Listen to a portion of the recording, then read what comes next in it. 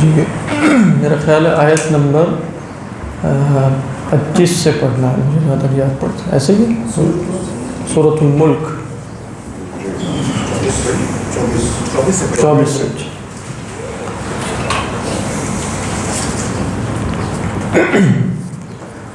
اعوذ باللہ من الشیطان الرجیم، بسم اللہ الرحمن الرحیم۔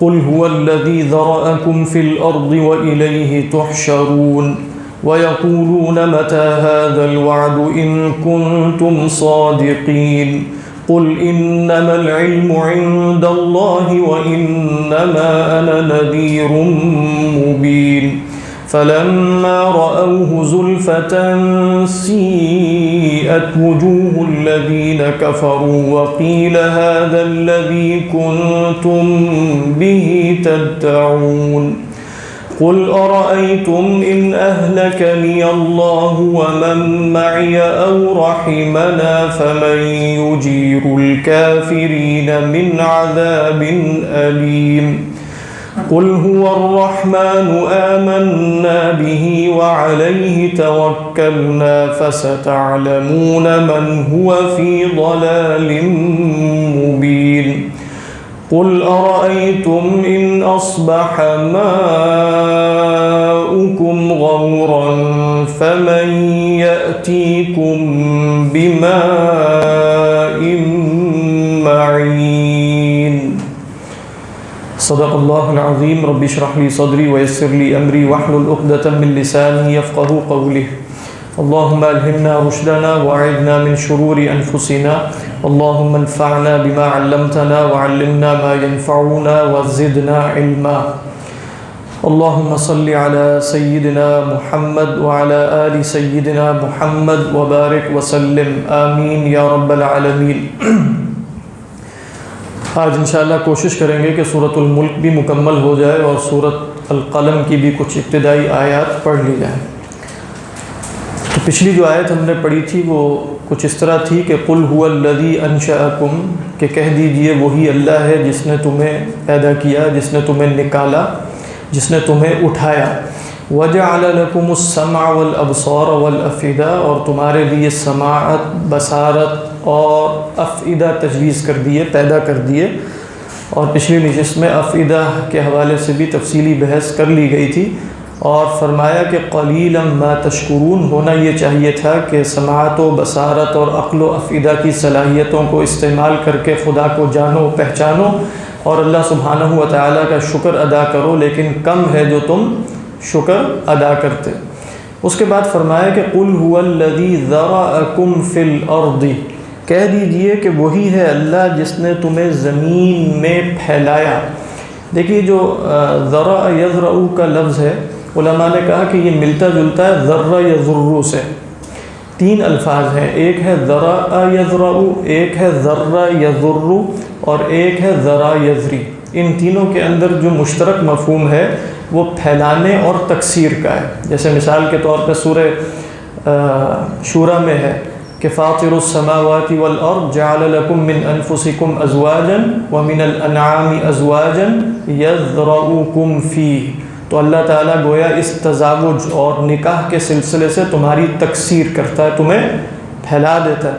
اسی طریقے پر آپ دیکھیے کہ سورہ ذاریات جو شروع ہوتی ہے وہ ذال را یا والا مادہ ہے، والذاریات ذروا، تو وہاں بھی ان ہواؤں کا بیان ہے کہ جو چیزیں اٹھاتی ہیں، پھیلاتی ہیں، اس میں پولینیشن بھی شامل ہے اور بھی تلقیح جس کو کہتے ہیں۔ تو یہاں اللہ تعالیٰ فرما رہے ہیں کہ اس نے تمہیں پیدا بھی کیا اور پیدا کرنے کے بعد زمین میں تمہاری تکثیر کا، تمہاری کثرت کا سبب بھی پیدا کر دیا، اور وہ کیا ہے؟ گویا وہ تزاوج ہے، وہ تناکح ہے، جس کے نتیجے میں انسان کی نوع چلتی ہے۔ تو بہرحال نکاح کا مقصد اور زواج کا مقصد جو نوعی ہے وہ تکثیر ہے۔ تو بہرحال یہ ذہن میں رکھنا چاہیے کہ کچھ چیزوں میں مقاصد نوعی بھی ہوتے ہیں اور شخصی بھی ہوتے ہیں۔ تو انسان نکاح نہیں کرے گا بالفرض، اور انسان بالکلیہ نکاح کرنا چھوڑ دے اور تزاوج کا نظام ختم ہو جائے تو انسان کی نوع ختم ہو جائے گی۔ تو نوعی اعتبار سے نکاح کا مقصد کیا ہوا کہ اس کے ذریعے انسان کی نسل جاری رہے اور اس میں تکثیر ہوتی رہے، تو یہ نوعی مقصد ہے۔ لیکن ہر نوعی مقصد جو ہے وہ شخص میں متحقق ہونا ضروری نہیں ہے، اس کی تفصیل کا بھی موضوع ہے۔ تو فرمایا وَإِلَيْهِ تُحْشَرُونَ، اور اللہ سبحانہ و تعالیٰ ہی کی طرف تم جمع کر دیے جاؤ گے۔ دیکھیں ذر ان کے اندر مفہوم کس بات کا تھا؟ پھیلانے اور تکثیر کا۔ تو پھیلانے اور تکثیر کے بعد اس تفریق کے بعد کیا کبھی جمع بھی کیا جائے گا کہ نہیں؟ تو فرمایا وَإِلَيْهِ تُحْشَرُونَ، اللہ ہی کی طرف تم سب کو جمع بھی کر لیا جائے گا۔ حشر یحشر کے اندر مفہوم ہی یہی ہے کہ کوئی شے بکھری ہوئی ہے، پھیلی ہوئی ہے، ان سب کو جمع کر کے کسی ایک جگہ پر حاضر کر دیا جائے، یہ حشر کا مفہوم ہے۔ تو فرمایا وَإِلَيْهِ، اور اسی کی جناب میں، اسی کی طرف تحشرون۔ وَيَقُولُونَ مَتَى هَذَا الْوَعْدُ، اور یہ کہتے ہیں یا سوال کرتے ہیں کہ مَتَى هَذَا الْوَعْدُ، یہ کب آئے گا الوعد؟ گویا الوعد سے مراد قیامت کا وعدہ ہے۔ ان کنتم صادقین، کیونکہ اس میں الف لام جو ہے وہ کیا ہے؟ الف لام للعہد، اور الف لام للعہد الذہنی، یعنی سب کے ذہن میں حاضر ہے کہ اللہ کے رسول صلی اللہ علیہ وسلم کس شے کا وعدہ فرما رہے ہیں۔ تو فرمایا وَيَقُولُونَ مَتَى هَذَا الْوَعْدُ إِن كُنتُمْ صَادِقِينَ، اگر تم سچے ہو۔ کنتم میں خطاب کس سے ہے؟ یا تو رسول اور اہل ایمان سے ہے، اس لیے جمع کا خطاب ہے، اور یہ بھی ہو سکتا ہے کہ خطاب رسولوں کی جماعت سے ہو کہ ان کنتم صادقین یا جماعت الرسل، یعنی اے رسولوں کی جماعت، تم سب کا اتفاق اس بات پر ہے کہ قیامت نے آنا ہے، تو کب آئے گی اگر تم سچے؟ ان کنتم صادقین فی دعواکم، اگر تم اپنے دعوے میں سچے ہو۔ جواب کیا دیا؟ قل انما العلم عند اللہ، کہہ دیجئے کہ معاملہ بس اتنا ہے کہ اس کا علم تو اللہ ہی کے پاس ہے۔ یہ جو انما ہے یہ حصر کے لیے آتا ہے، اور اس میں جو مقصور علیہ ہوتا ہے وہ متأخر ہوتا ہے۔ یعنی مثال کے طور پہ اللہ تعالیٰ فرماتے ہیں انما یخشى اللہ من عبادہ العلماء، تو اللہ تعالیٰ نے کس کو متأخر کیا؟ علماء کو۔ تو اب ترجمہ کیا ہوگا؟ اللہ سے اس کے بس علماء بندے ہی ڈرتے ہیں۔ لیکن اگر مثال کے طور پہ ہوتا ہے کہ انما یخشى العلماء اللہ، یعنی آپ اللہ کے لفظ کو متأخر کر دیتے تو کیا مفہوم پیدا ہوتا؟ کہ علماء صرف اللہ سے ڈرتے ہیں۔ پہلا ترجمہ کیا تھا؟ اللہ سے صرف علماء ڈرتے ہیں۔ تو جو انما کے ذریعے حصر ہوتا ہے اس میں جو متأخر ہے وہ محصور علیہ یا مقصور علیہ ہوتا ہے۔ یعنی مثال کے طور پہ آپ کہیں انما الغزالی عالم، ٹھیک ہے، تو کیا مطلب ہوگا کہ کوئی صاحب بتائیں گے اس کا کیا مطلب ہوگا؟ اگر میں کہوں انما العالم غزالی، اور ایک ہے میں کہوں انما الغزالی عالم، دونوں میں کیا فرق ہے؟ انما الغزالی عالم، ہاں، اور دوسرے میں کیا انما العالم غزالی، ہاں، دونوں میں فرق سمجھ میں آ گیا؟ ہاں، تو انما الغزالی عالم کا مطلب ہے امام غزالی عالم ہونے کے سوا کچھ بھی نہیں ہے، بس صرف عالم ہی ہے۔ اور اگر آپ کہیں گے انما العالم الغزالی تو اس کا مطلب یہ ہے کہ غزالی کے سوا کوئی عالم نہیں۔ تو یہ بہت ضروری ہے کہ انسان، کیونکہ اکثر ہم ہو سکتا ہے اثر کا بیان کرتے ہوئے اس طرح بول رہے ہیں انما الغزالی عالم، تو کہا اس کا مطلب یہ تو ضم ہے، تو مذمت ہے۔ ہاں، مدح کیا ہے؟ انما العالم الغزالی۔ تو اسی طریقے پر انما، جیسے میں نے آپ کو مثال دی انما یخشى اللہ من عبادہ العلماء، تو انما کے میں ایک مقصور ہوتا ہے، ایک مقصور علیہ ہوتا ہے۔ جو مقصور علیہ ہے نا، جس پر کسی شے کو محصور کیا جاتا ہے وہ متأخر ہوتا ہے۔ قل انما العلم عند اللہ، اگر ہوتا قل انما عند اللہ العلم تو پھر کیا ہوتا؟ انما عند اللہ العلم، اللہ کے پاس ہے، اور انما العلم عند اللہ میں کیا؟ دیکھیں اگر ہوتا انما عند اللہ العلم، اللہ کے پاس صرف علم ہی ہے بس، اور اگر ہو قل انما العلم عند اللہ تو علم مقصور ہے عند اللہ پر، ٹھیک ہے۔ تو قل انما العلم عند اللہ، کہہ دیجئے قیامت کا علم محض خدا کے پاس ہے اور کسی کے پاس نہیں۔ وَإِنَّمَا أَنَا نَذِيرٌ مُبِينٌ، اب بتائیے اس کا کیا ترجمہ؟ وَإِنَّمَا أَنَا نَذِيرٌ مُبِينٌ، اس کا ترجمہ کیا یہ ہے کہ نذیر مبین صرف میں ہی ہوں، یا میں صرف نذیر مبین ہوں؟ ہاں، میں صرف نذیر مبین۔ اچھا، میں صرف نذیر مبین ہوں تو کیا یہ حصر کو قصر بھی کہتے ہیں، ٹھیک ہے، بلاغت کی کتابوں میں آپ حصر کو کیا پڑھیں گے؟ قصر۔ تو قصر یہ اضافی ہے یا حقیقی؟ کہ اللہ کے رسول نذیر مبین کے سوا کچھ اور نہیں ہیں، تو پھر کیا ہوا یہ اضافی؟ اضافت کا مطلب کیا ہوتا ہے؟ مخاطب کے اعتبار سے مخاطب یہ کہہ رہے ہیں کہ آپ کو پتہ ہونا چاہیے کہ قیامت کب آنی ہے، تو کہہ رہے ہیں کہ مجھے کیوں پتہ ہونا چاہیے کہ قیامت کب آنی ہے، میں تو نذیر مبین مطلب قل انما العلم عند اللہ وانما انا نذیر مبین، جیسے روایت میں آتا ہے آپ صلی اللہ علیہ وسلم نے فرمایا انما انا النذیر العریان، میں تو ایک بس ڈرانے والا، عریان اس زمانے میں جو ایک طریقہ تھا اس کے اعتبار سے۔ فلما رأوه زلفۃ، پس جب یہ دیکھیں گے اسے، کسے؟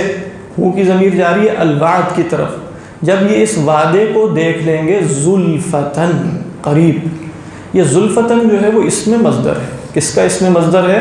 زلیفہ یزلف زلفن، اس کا مطلب ہوتا ہے قریب آ جانا، اسی لیے زلفہ کس کو کہتے ہیں؟ زلفہ کہتے ہیں قرب کو، زلفہ الف مقصورہ کے ساتھ، یہ کیا ہے؟ زلفتن، یعنی زلفتن یہ اسم مصدر ہے، اور یہاں مبالغے کی وجہ سے مصدر آیا ہے، یعنی کہا جا رہا ہے جب اس کو وہ قریب دیکھیں گے، تو ہے بمعنی اسم الفاعل نا، یعنی زلفتن کس معنی میں ہے؟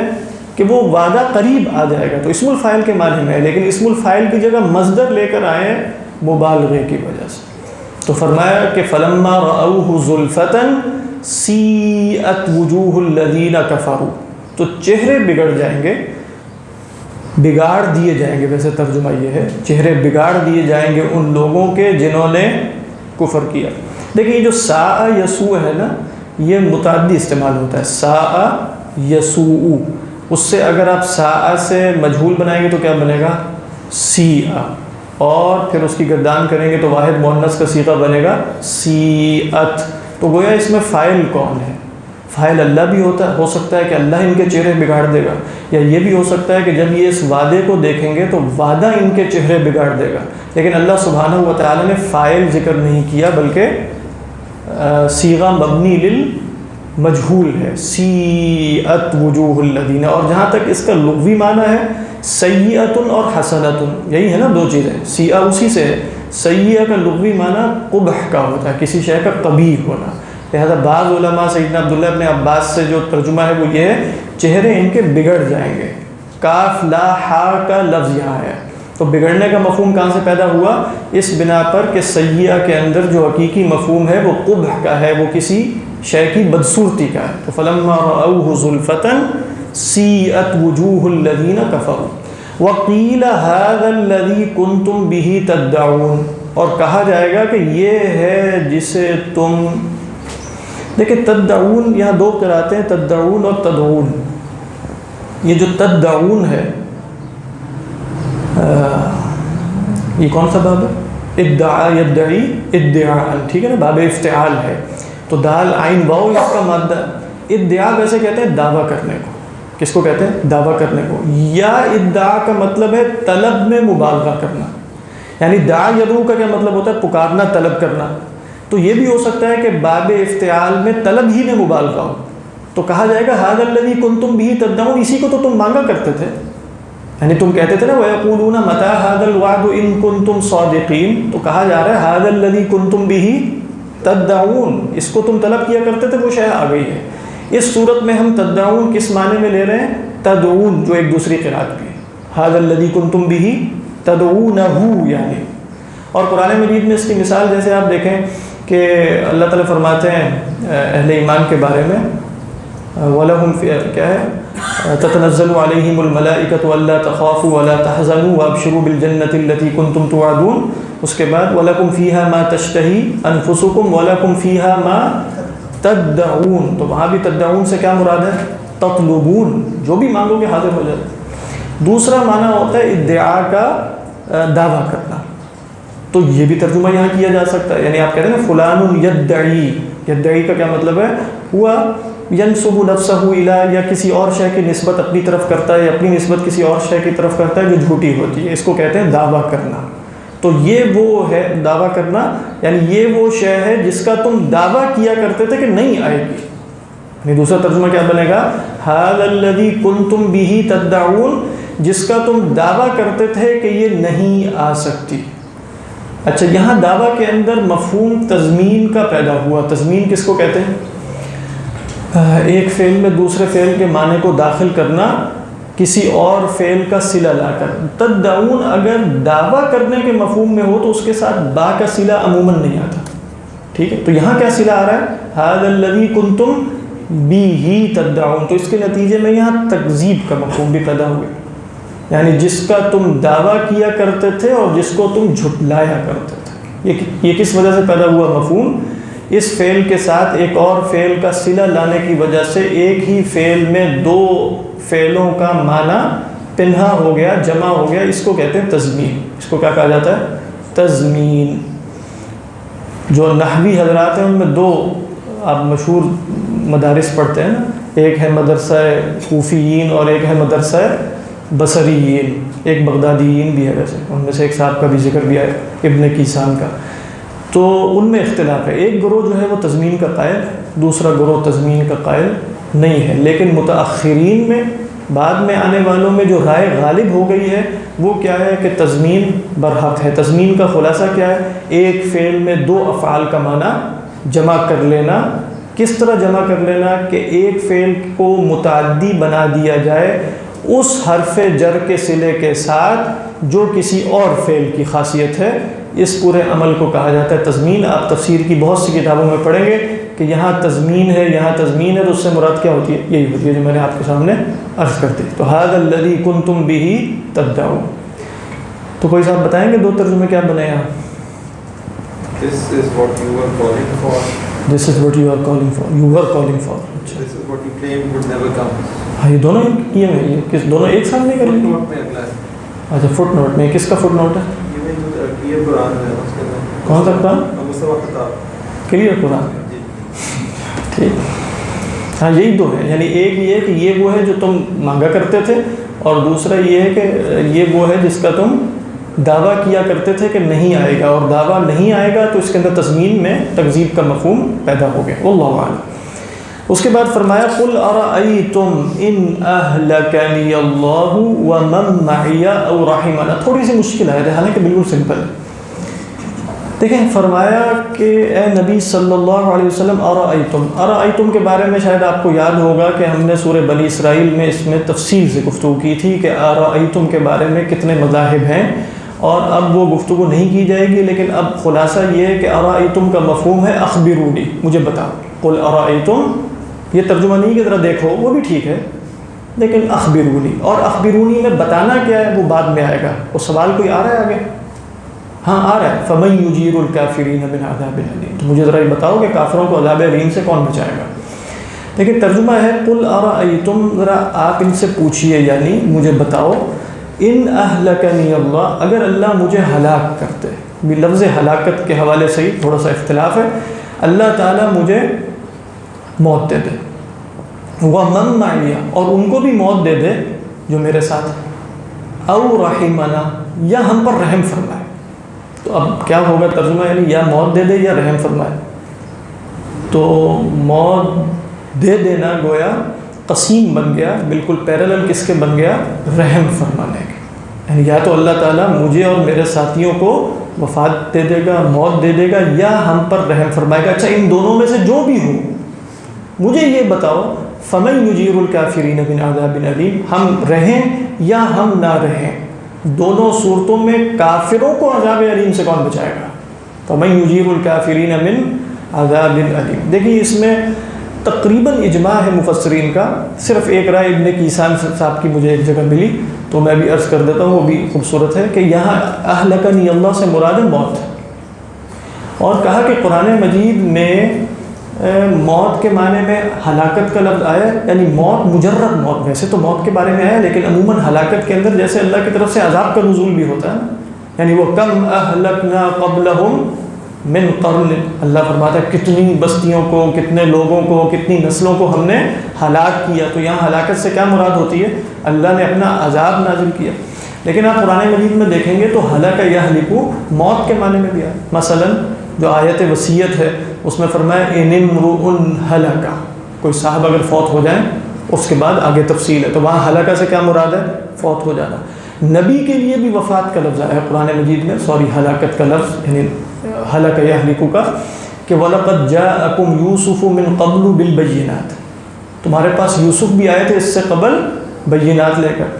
فما زلتم فی شک مما جاءکم بہ حتی اذا ہلک، یہاں تک کہ جب وہ فوت ہو گئے. کون فوت ہو گئے؟ سیدنا یوسف علیہ السلام. اور کیسے فرمایا؟ حتی اذا ہلک قلتم لن یبعث اللہ من بعدہ رسولا، تو تم نے کہا کہ اس کے بعد تو کبھی کسی نے آنا ہی نہیں.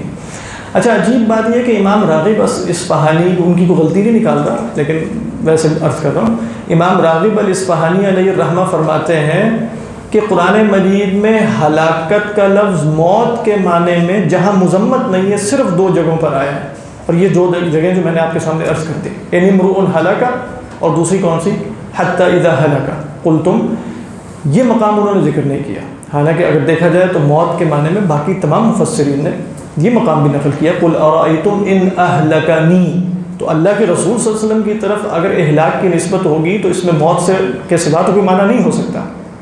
تو امام راغب الاصفہانی علیہ الرحمہ نے یہ جگہ نقل نہیں کی، اور ہو سکتا ہے ان کی رائے ابن کیسان والی ہوگی، یہ بھی ممکن ہے. اور یہ بھی ہو سکتا ہے کہ وہ یہاں ان کو غفلت ہو گئی، واللہ اعلم. تو خلاصہ کیا بنا کہ اب اس میں اشکال پیدا یہ ہوتا ہے کہ اگر موت کے مقابلے میں رحمت کا کیا مفہوم ہے؟ یعنی قل ارأیتم ان اہلکنی اللہ، تو مفسرین نے کہا کہ گویا تاخیر اجل رحمت ہے. یعنی اگر کسی انسان کو طویل زندگی عطا ہو اور تاخیر اجل ہو جائے، وہ لمبی زندگی اس کے لیے باعث رحمت ہے. کیوں باعث رحمت ہے؟ اس بنیاد پہ باعث رحمت ہے کہ اس کے اگر وہ نیک آدمی ہے تو اس کے نیک اعمال میں اضافہ ہوتا چلا جائے گا. جیسے بعض صحابہ نے حضرت نبی اکرم صلی اللہ علیہ وسلم سے کہا کہ بھی غزوہ احد والے تو شہید ہو گئے، تو وہ تو اللہ کے پاس پہنچ گئے اور اللہ نے نازل بھی فرما دیا کہ وہ جنت میں ہے، تو ہم بھی اگر شہید ہو چکے ہوتے تو آپ نے فرمایا دیکھو کہ ان کے بعد تم نے کتنے نیک اعمال کیے ہیں، تو وہ نیک اعمال وہ تو نہیں کر سکے. آپ صلی اللہ علیہ وسلم فرما رہے ہیں کہ تمہیں اگر مہلت دی جا رہی ہے اور اس کے نتیجے میں تم نیک اعمال میں بڑھتے چلے جا رہے ہو تو تمہارے لیے یہ خیر ہے. تو یہاں بعض علماء نے یہ نقطہ بیان کیا کہ تاخیر اجل، لمبی زندگی مل جانا امن کے ساتھ، عافیت کے ساتھ، صحت کے ساتھ، تو یہ اللہ کی بہت بڑی رحمت ہے، جس کے نتیجے میں انسان کے علم و عمل میں مزید اضافہ ہوتا چلا جائے. تو یہ بھی ایک نقطہ ہو سکتا ہے، واللہ عالم. پھر اس میں اشکال یہ ہے کہ اللہ کے رسول صلی اللہ علیہ وسلم کو پھر جلدی وفات کیوں دے دی گئی؟ جلدی سے مراد یہ کہ مزید، تو فرمایا کہ یہ تو ایک عام قاعدہ ہے، لیکن کئی دفعہ کسی شخص کی وفات اس شخص کے حق میں بھی اور باقیوں کے حق میں بھی مزید نعمت ہو سکتی ہے، تو لہٰذا اس پہلو کو ترجیح دے کے کسی کو جلدی بھی اٹھایا جا سکتا ہے. کتنے بڑے بڑے علماء ہیں جن کو اللہ تعالیٰ نے دنیا سے جلدی اٹھا لیا. امام نووی علیہ الرحمہ 44 سال کی عمر میں آپ جانتے ہیں فوت ہو گئے. اور بھی بڑے علماء ہیں جو 40-50 کے درمیان، امام غزالی کو آپ جانتے ہیں 55 سال کی عمر کل عمر تھی ان کی.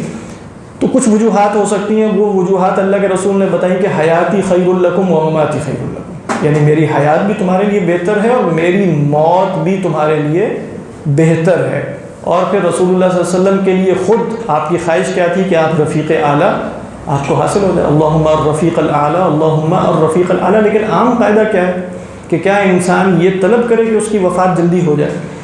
یہ ضرور طلب کرے کہ وہ ارذل العمر تک نہ پہنچے.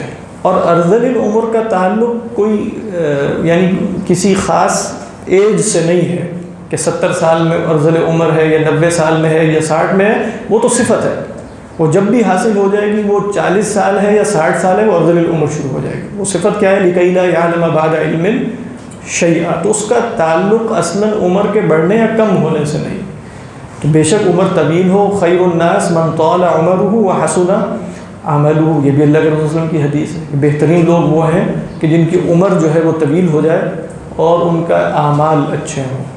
تو یہ ایک نقطہ نکال لیا کہ اہلکنی اللہ کے رحمت کا مقابلہ اس لیے کیا کہ موت کا تاخیر سے آنا رحمت ہے. واللہ عالم.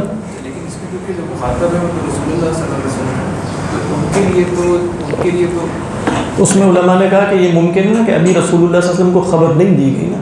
عمومی قاعدہ کیا ہے کہ تاخیر جو ہے وہ رحمت ہوتی. تو اب یہی فرما رہے ہیں کہ قل ارأیتم، دوسرا یہ کہ یہ رسول اللہ صلی اللہ علیہ وسلم نہیں کہہ رہے ہیں، یہ کہلایا جا رہا ہے قل ارأیتم. تو اس میں گویا اللہ کی طرف سے اشارہ ہے کہ جلدی دنیا سے رخصت ہو جانا اور دیر سے رخصت ہونے میں دونوں میں رحمت کا پہلو کس میں غالب. تو بہرحال میں بتا یہ رہا تھا کہ ہلاکت کا لفظ جو ہے وہ عذاب کے لیے بھی آتا ہے. ہلاکت کا لفظ مجرد موت کے لیے بھی آتا ہے، ہلاکت کا لفظ فنا کے لیے بھی آتا ہے، کل شیء ہالک الا وجہہ، تمام اشیاء ہلاک پا جائیں گی، ہلاکت کا شکار ہو جائیں گی سوائے اللہ کی ذات کے۔ لیکن یہ آراء ہی نقل کی ہے علماء نے، میں نے عموماً جہاں بھی دیکھا یہی بات بیان کی ہے کہ یہاں اہلکنی اللہ سے مراد موت ہے، اور رحمنا سے مراد موت میں کچھ تاخیر ہے۔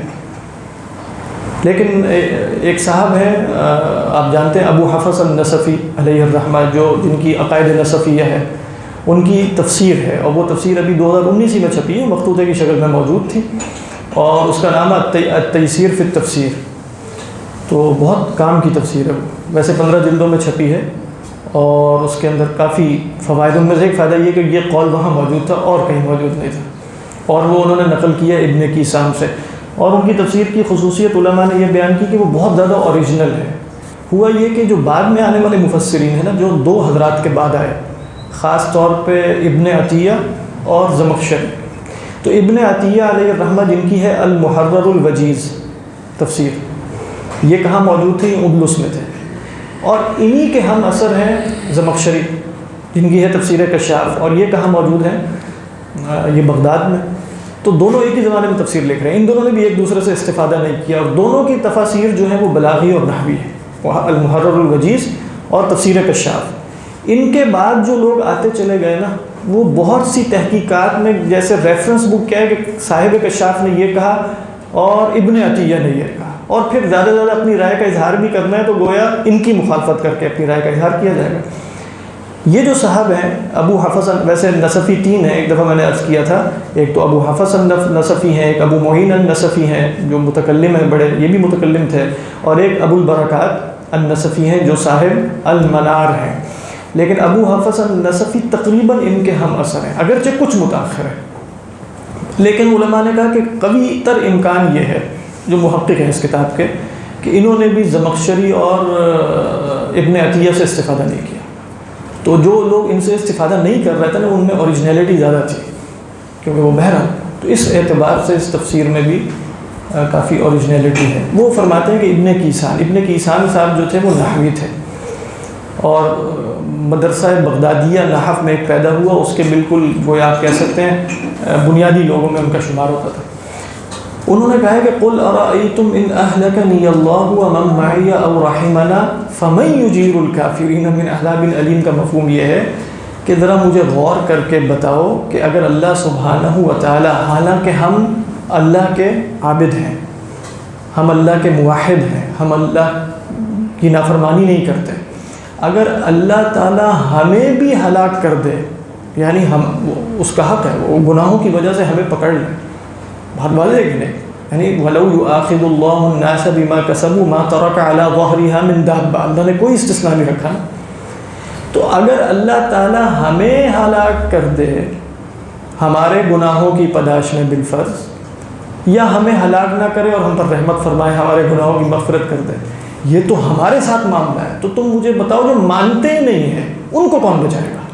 یعنی ہمیں بھی امکان ہے کہ اللہ سبحانہ و تعالی ہمیں پکڑ لے ہمارے گناہوں کی وجہ سے۔ قل ارأیتم ان اہلکنی اللہ ومن معی او رحمنا، تو جب ہمیں یہ خطرہ لاحق ہے اور ہم اللہ کے عذاب سے امن میں نہیں ہیں، تو بتاؤ فمن یجیر الکافرین من عذاب الیم۔ یہ سمجھ میں آ رہی ہے؟ یہ تفسیر اور پہلی تفاسیر میں جو ایک دقیق سا فرق ہے وہ واضح ہو گیا ہوگا۔ یہ ابن کیسان علیہ الرحمہ کی رائے ہے، جن کی وفات تقریباً غالباً 290 کے آس پاس ہوئی، لیکن یہ قرینہ قیاس لگتی ہے جی، یعنی اگر آپ دیکھیں تو اس میں اتنا بور نہیں ہے اس تفسیر میں۔ اللہ اعلم۔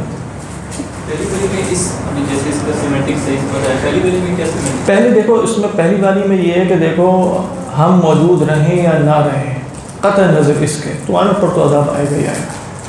اللہ تعالیٰ تو جیسے وہ غامدی صاحب بتاتے ہیں نا قانون اتمام حجت والا، اس میں جو جن آیات سے وہ دلیل پکڑتے ہیں اس میں یہی ہے کہ اللہ تعالیٰ کی سنت یہی ہے کہ رسول بھیجا جائے گا تو اس کو نہیں مانا جائے گا تو عذاب کا کوڑا برسنا ہی برسنا ہے۔ اچھا یہ ضروری نہیں ہے کہ وہ کوڑا رسول کی زندگی میں برسے، ہو سکتا ہے زندگی میں برس جائے، وَإِمَّا نُرِيَنَّكَ الَّذِي وَعَدْنَاهُمْ فَإِنَّا عَلَيْهِمْ مُقْتَدِرُونَ، یا تو ہم آپ کو آپ کی زندگی میں دکھا دیں گے، زندگی میں نہیں دکھائیں گے. کہا یہ جا رہا ہے ہو سکتا ہے ہماری زندگی میں. اس طرح سے اشارہ نہیں کہ اگر آپ سب ہم پہ غالب آ جائیں ان کو ختم کر دیں پھر بھی آپ اس کی طرف اشارہ نہیں ہے. اس لیے کہ قل ارائیتم ان اہلکنی میں خاص طور پہ اللہ کی طرف ایک نسبت کی گئی ہے، ڈائریکٹ فیل کی نا، کہ اگر دیکھو بتا دو اگر اللہ تعالیٰ ہمیں وفات دے دے یا ہم پر رحم فرمائے، کیونکہ اب ہم اس تفسیر میں وفات کا مفہوم لیں گے کیونکہ یہی دو تفسیر ہے. تو اللہ تعالیٰ ہمیں وفات دے دے یا وفات نہ دے، دونوں صورتوں میں عذاب تم پر آنے ہی آنا ہے، چاہے ہماری زندگی میں آئے یا ہماری زندگی کے بعد آئے. یہ پہلے میں اس کا مفہوم بنتا ہے. واللہ اعلم. بسکٹ کھول لیں پہلے پھر اس کے بعد آگے چلتے ہیں. پہلی جو تفسیر ہے اس کا دوسرے کے ساتھ دوسرے جو ان کے ساتھ کیا دوسری میں زیادہ بہتر لگتا ہے؟ نہیں بہتر تو نہیں، پہلی والا بھی بالکل واضح ہے. پہلے والے میں کیا ہے کہ وہ کہہ رہے ہیں کہ یہ عذاب کب آئے گا، قیامت کب آئے گی. اللہ تعالیٰ فرما رہے ہیں اس سے قطع نظر ہمیں کیا ہے، آنا ہی آنا ہے. اس میں ہماری زندگی میں آئے، ہماری زندگی کے بعد آئے، تم بچو گے نہیں. بس مراد یہ ہے یعنی ہم رہیں ہم نہ رہیں تم نے نہیں بچنا. فَمَن يُجِيرُ الْكَافِرِينَ مِنْ عَذَابٍ ٹائم کے ریفرنس. بالکل سوال سے جو ہے بالکل وہی جو اوپر والا سوال کون سا فَيَقُولُونَ مَتَىٰ هَٰذَا الْوَعْدُ. بالکل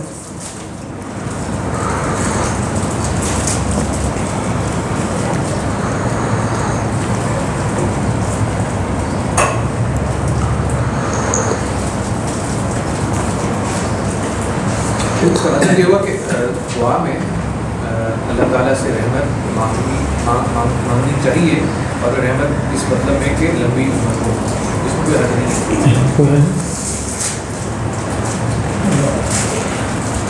مطلب وہ موت کی دعا مانگنے سے منع کیا نا، وہ تو صراحتاً منع کر دیا. لا يتمنين احدكم الموت لضر نزل به فان كان لا محالة ان يقول.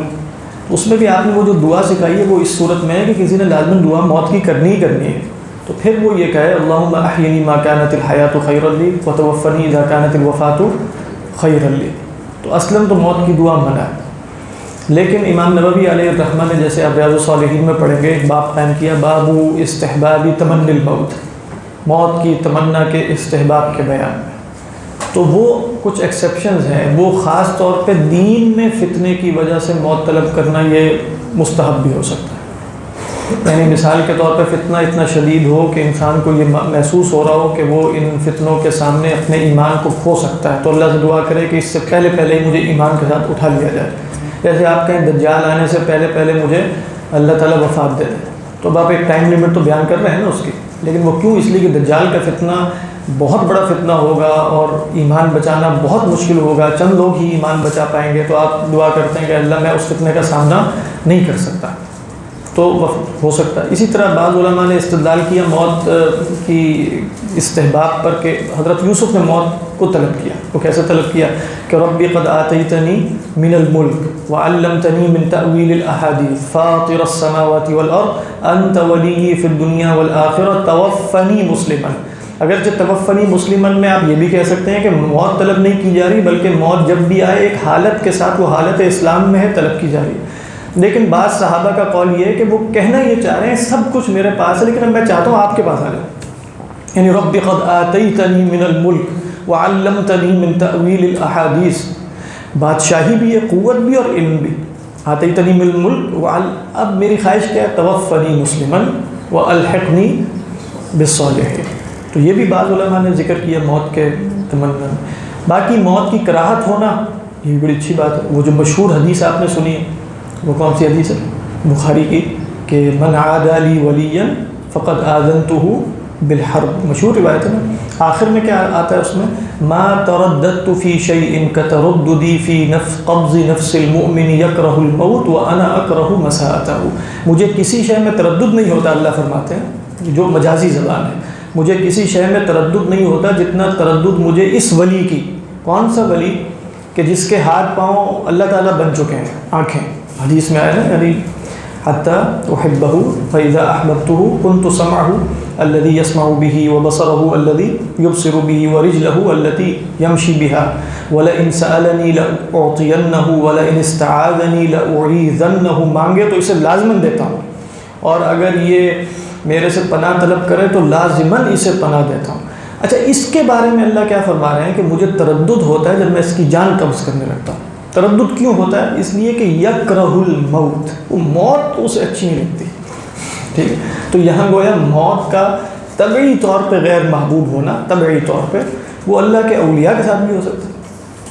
تو اللہ تعالیٰ فرماتے ہیں یکرہ الموت وَأَنَا أَكْرَهُ مَسَاءَتَهُ، اور مجھے بھی یہ بات ناپسند ہے کہ جو اسے ناپسند ہے وہ مجھے پسند ہو۔ تو اسے موت ناپسند ہے، تو مجھے بھی ناپسند ہے کہ میں اس کو موت دوں، لیکن آخر میں کیا فرمایا؟ حدیث ختم کیسے ہوئی؟ وَلَكِنْ لَا بُدَّ لَهُ مِنْ، لیکن کیا کریں، اس کے بغیر چارہ ہی کوئی نہیں۔ یعنی اللہ تعالیٰ فرما رہے ہیں یہ تو میں نے طے کر دیا، موت تو آنی آنی، لیکن گویا اللہ نے اپنے اس لطف اور رحمت کا اظہار کس طرح کیا؟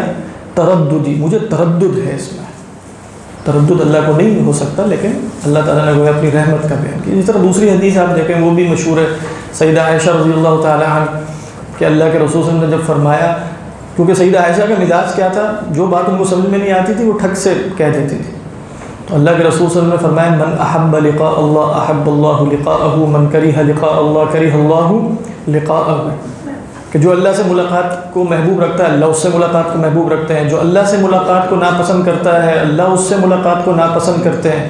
تو حضرت عائشہ نے فوراً کیا کہا رسول اللہ صلی اللہ علیہ وسلم سے؟ کلنا یکرہ الموت یا رسول اللہ، آپ فرما رہے ہیں اللہ سے ملاقات کو محبوب جو رکھتا ہے اللہ، تو ہم سب کو تو موت ناپسند ہے۔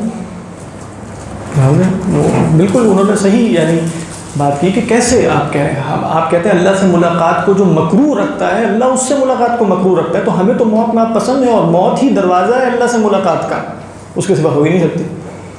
تو کلنا یکرہ الموت، اب یہ حضرت عائشہ نے ایک گویا جس کو آپ کہتے ہیں کلیہ بیان کر دیا، کلنا یکرہ الموت۔ پھر اللہ کے رسول صلی اللہ علیہ وسلم نے جواب دیا کہ عائشہ اس طرح نہیں ہے، بلکہ مراد یہ ہے کہ جب موت کا وقت آتا ہے تو صاحب ایمان کو جو فرشتے لینے آتے ہیں وہ اتنے نورانی، اور وہ جو روایات میں الفاظ آئے تو کفن لے کر آتے ہیں اور بڑا بہت خوشبو والا ہوتا ہے اور بہت خوبصورت چہرے والے فرشتے ہوتے ہیں، تو جب وہ یہ منظر دیکھتا ہے تو اب اس کا دنیا میں رہنے کا دل نہیں چاہتا، تو وہ کہتا ہے کہ ہاں نکلو یہاں سے۔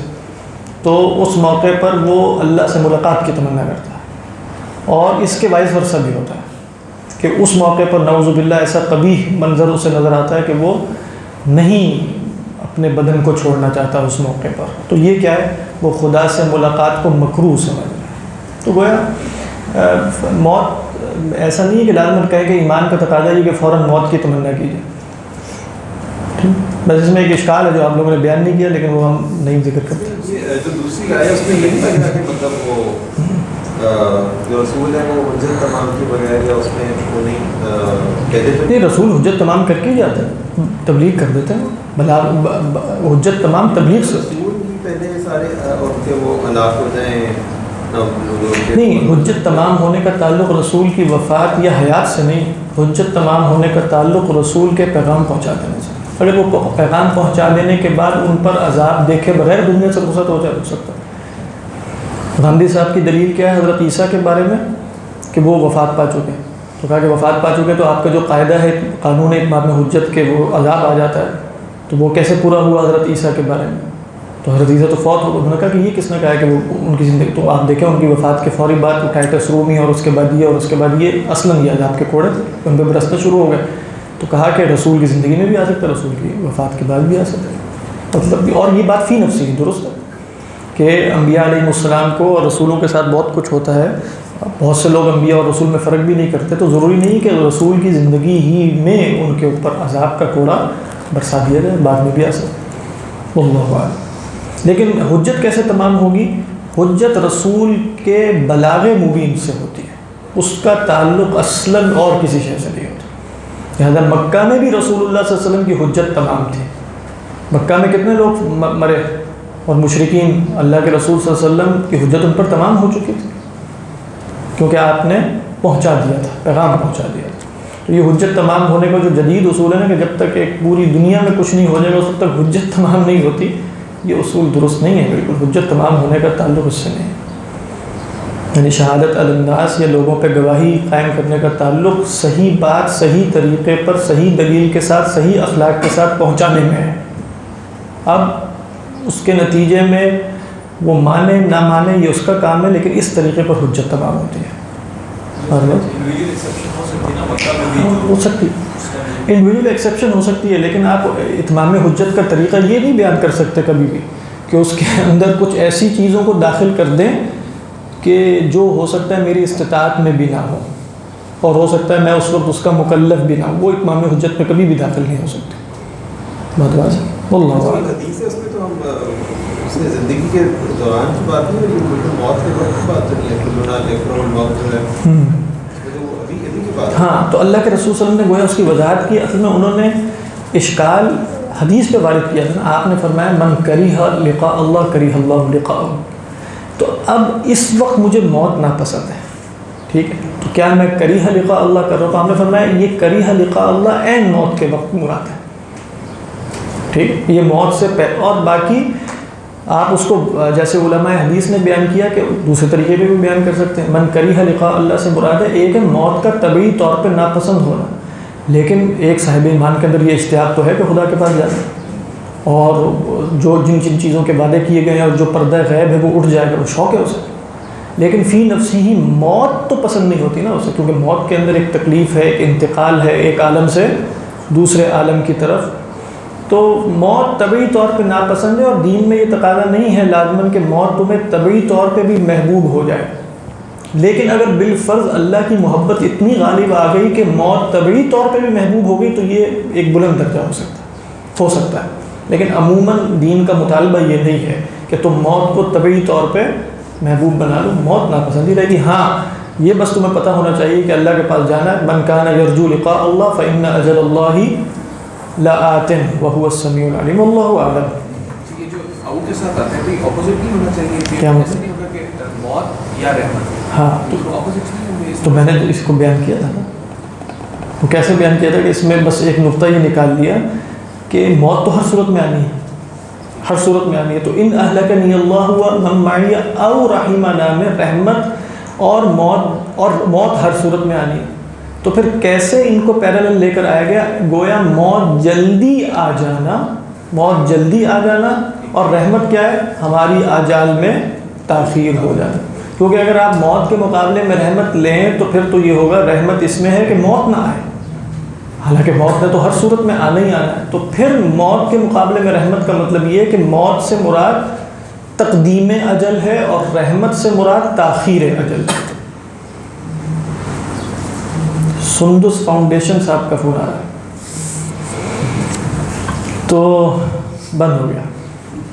قل هو الرحمن آمنا به، کہہ دیجئے کہ یہ رحمان ہے جس پر ہم ایمان لائے. اب دیکھیں اس میں کتنا خوبصورت اشارہ ہے کہ ہمیں امید، اب اس میں اشارہ کس کی طرف ہے کہ تمہارا عذاب ہم دیکھ کر جائیں گے، اب پہلے دنیا سے رخصت ہو جائے گی. اشارتاً بات ہے بس. کیا اشارہ ہے جی رقیہ صاحب؟ کیا اشارہ ہے کہ ہم عذاب تمہارا دیکھ کر جائیں گے یا پہلے چلے جائیں گے؟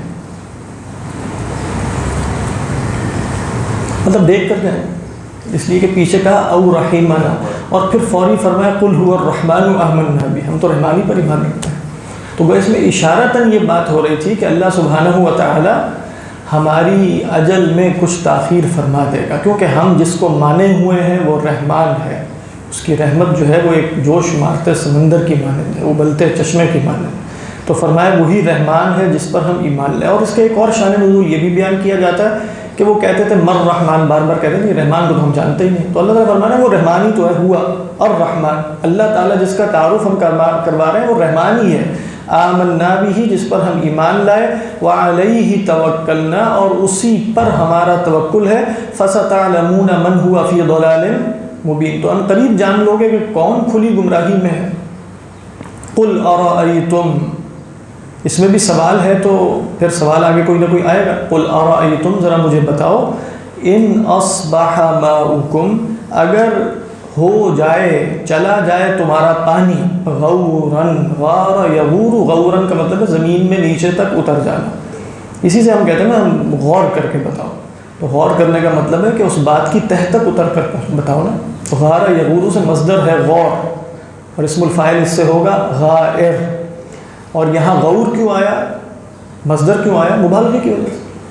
کیونکہ ہونا کہتا ہے ان اصبح ماؤکم غورا، تو اسم الفاعل بنتا ہے. تو یہاں فرمایا قل ارأیتم ان اصبح ماؤکم غورا. اس میں خطاب کس سے؟ خاص خطاب ہے اہل مکہ سے، کیونکہ ان کے پاس پانی کوئی نہیں ہے، کنواں ہی ہے بس. تو کہا کہ وہ کنواں اگر بند ہو جائے جیسے چاہے زمزم جو ہے، تو قل ارأیتم ان اصبح ماؤکم غورا، پانی کا لیول نیچے ہو، فمن یأتیکم بماء معین، تو کون لے کر آئے گا تمہارے پاس؟ گویا ارأیتم میں اخبرونی تھا نا، تو بتاؤ اب مجھے کون لے کر آئے گا تمہارے پاس ماء معین، بہتا پانی. یہ معین کا جو لفظ ہے یہ مطلب معن یمعنو سے ہے، اگرچہ اس کی ایک رائے یہ ہے کہ یہ عان یعینو سے ہے. اگر یہ عان یعینو سے ہوگا تو یہ معیون ہوگا، پھر یہ مفعول کے وزن پہ ہے، اور اگر یہ معین معن یمعنو سے ہے تو یہ فعیل کے وزن پر ہے. لیکن زیادہ قوی بات یہ ہے کہ یہ فعیل کے وزن پہ ہے، تو پھر اس کے حروف اصلیہ کیا ہوں گے؟ میم عین نون. تو معن یمعنو کا مطلب ہے پانی کا بڑی سلاست اور روانی کے ساتھ بہنا. ٹھیک ہے، یہ ہے بہتا پانی، اور بہتا پانی صاف ہوتا ہے نا، تو صاف پانی کون لے کر آئے؟ اسی سے معاون بھی ہے جو ہے نا، وَيَمْنَعُونَ الْمَاعُونَ. تو معاون اس سے کیسے؟ کیونکہ بہتا پانی سے مراد ہے بڑی سلاست سے بہ رہا، وہ شے جو ایک ہاتھ سے دوسری ہاتھ میں بڑی آسانی سے منتقل ہو جائے، وہ کیا ہے؟ معاون. تو وہ روزمرہ کی چھوٹی چھوٹی چیزیں ہی ہو سکتی ہیں.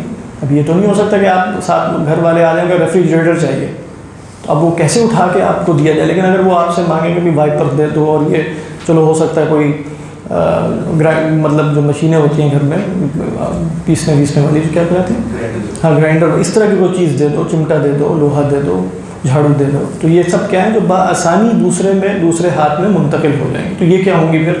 یہ معاون ہے. تو وَيَمْنَعُونَ الْمَاعُونَ، بعض نے کہا کہ معاون زکوٰۃ ہے. وَيَمْنَعُونَ الْمَاعُونَ، تو زکوٰۃ کو بھی کیوں معاون کہتے ہیں پھر؟ لیکن صرف 2.5%. تو انسان اپنے کل مال میں سے صرف 2.5% نکال رہا ہے، تو یہ آسانی سے نکل جانا چاہیے.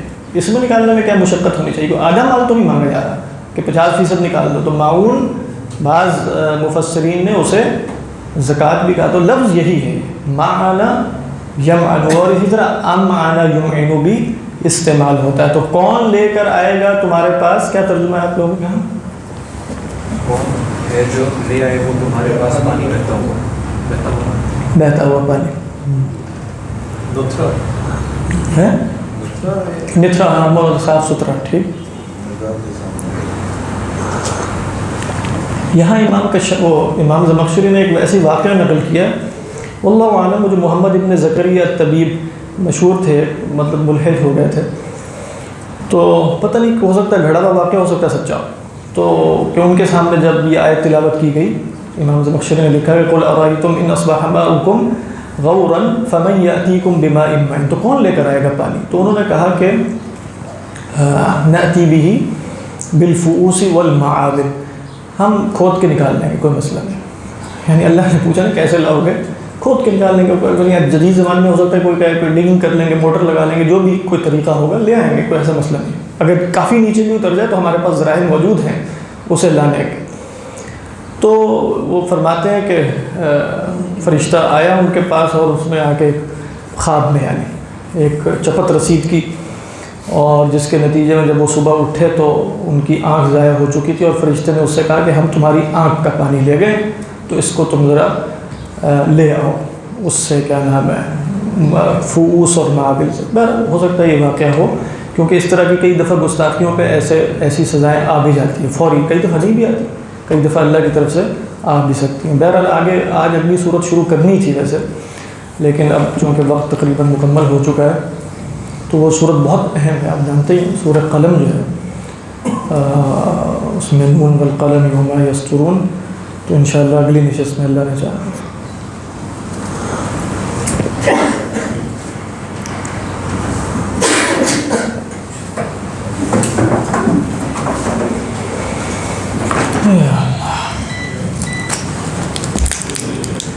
ابھی ایک کلاس اصول فقہ کی ہے، آج انشاءاللہ وہ موڈیول 1 اصول فقہ کا مکمل ہو جائے.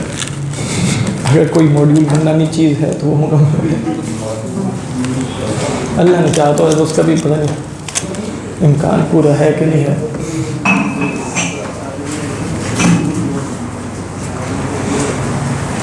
آج اصل میں نا آپ لوگوں کی اگلی کلاس نہیں ہے، ثاقب صاحب نہیں آئیں گے، تو میں انشاءاللہ 12 بجے تک یا اس کے آس پاس تک لے 11:30 تک 11:30 11:30 تو ہونے لگے.